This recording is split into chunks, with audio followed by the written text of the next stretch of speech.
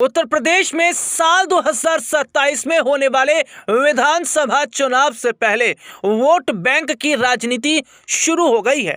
एक और जहां बसपा सुप्रीमो मायावती इस कोशिश में हैं कि उत्तर प्रदेश में ज्यादा से ज्यादा वोट बैंक को अपनी तरफ किया जाए, तो एक बड़ा मौका मायावती के पास इस वक्त है और वो मौका है नसीमुद्दीन सिद्दीकी। उत्तर प्रदेश की राजनीति में इन दिनों सभी की निगाहें नसीमुद्दीन सिद्दीकी पर लगी हैं। कांग्रेस छोड़े हुए नसीमुद्दीन सिद्दीकी को वक्त हो गया है, लेकिन अभी तक उन्होंने किसी भी पार्टी का दामन नहीं थामा। इतना ही नहीं, नसीमुद्दीन के साथ कांग्रेस छोड़ने वाले नेता भी कश्मकश की स्थिति में हैं, क्योंकि उनका सियासी भविष्य क्या होगा, इस पर सवाल खड़े हो रहे हैं। कांग्रेस से इस्तीफा देने के बाद से नसीमुद्दीन सिद्दीकी दलित नेता चंद्रशेखर आजाद से लेकर असदुद्दीन ओवैसी, अखिलेश यादव और बसपा प्रमुख मायावती की तारीफ कर चुके हैं। इसके बावजूद अभी तक उनके लिए कोई भी दल उन्हें लेने के लिए बहुत ज़्यादा बेताब नहीं है। ऐसे में कांग्रेस छोड़कर नसीमुद्दीन सिद्दीकी क्या सियासी मझधार में फंस गए हैं, या फिर यूपी चुनाव से पहले नसीमुद्दीन सिद्दीकी को अपनी तरफ कर सकती हैं मायावती। दरअसल अपने दर्शकों को बता दें कि यूपी की सियासत में एक समय नसीमुद्दीन सिद्दीकी की सियासी तूती बोलती थी, मायावती के राइट हैंड माने जाते थे और बसपा की सरकार में 1 दर्जन से ज़्यादा मंत्रालय का कार्यभार भी संभाल रहे थे।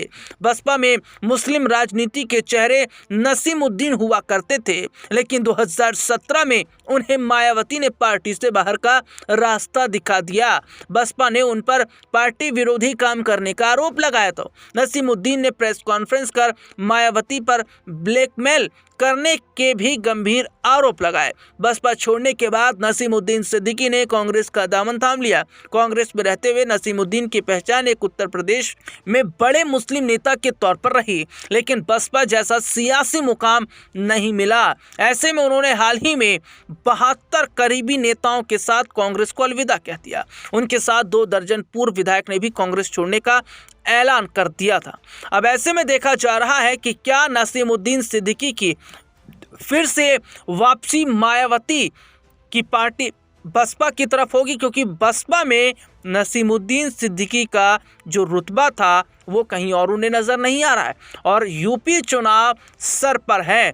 तो क्या नसीमुद्दीन सिद्दीकी के सहारे मायावती मुसलमान वोट बैंक को अपनी तरफ कर लेंगी, और क्या नसीमुद्दीन सिद्दीकी को मायावती अगर एक बड़ा ऑफर देती हैं तो क्या सिद्दीकी बसपा के साथ आते नजर आएंगे? अब देखना होगा कि अगर सिद्दीकी बसपा के साथ आते हैं तो क्या ये अखिलेश और चंद्रशेखर आजाद रावण के लिए बड़ा झटका होगा, क्योंकि अखिलेश यादव और चंद्रशेखर आजाद रावण का वोट बैंक भी बहुत हद तक मुसलमान वोटर्स है। और क्या सिद्दीकी के सहारे मायावती इन तमाम मुस्लिम वोट बैंक को अपनी तरफ ला पाने में कामयाब रहेंगी?